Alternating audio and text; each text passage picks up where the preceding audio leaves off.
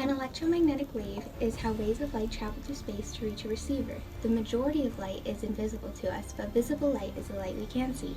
It's how we see things like this tree. So how are we able to process all this information? Our eyes have cones that receive these rays of information as color, just as antennas can receive radio waves and create mechanical vibrations that are translated into sound. This wave, however, isn't just a single string of information. It's actually 3D. This is because it includes both the magnetic field and electric field. The electric field is created around an electric charge. The intensity can vary, but the farther you move away from it, the quicker it fades. The water pressure of a hose is similar to the voltage of the electricity. The higher the water pressure, the more water shoots out. The magnetic field is created around a moving electric charge. The larger amount of current that is flowing, the farther the field extends. In comparison to a garden hose, the mechanics of the magnetic field are similar to the flow of the water rather than the water pressure. The electric field and magnetic field work together to create 3D electromagnetic waves. The fields are perpendicular to each other and are always proportional to one another. In other words, the same trigger creates equal amplitudes for both fields. In waves, there are different descriptive qualities that determine its use.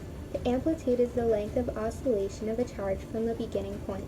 The wavelength and frequency are relative to each other.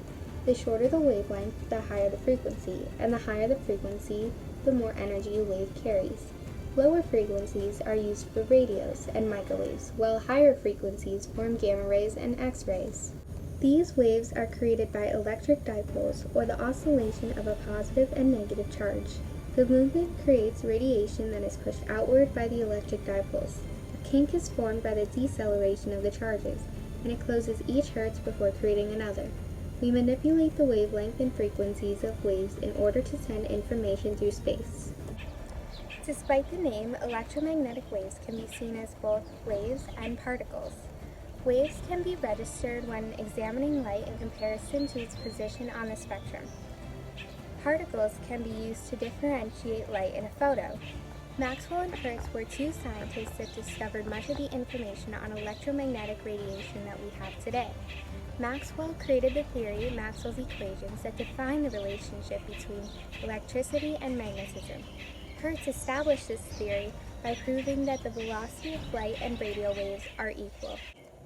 These properties have helped our scientists and engineers create our modern worlds.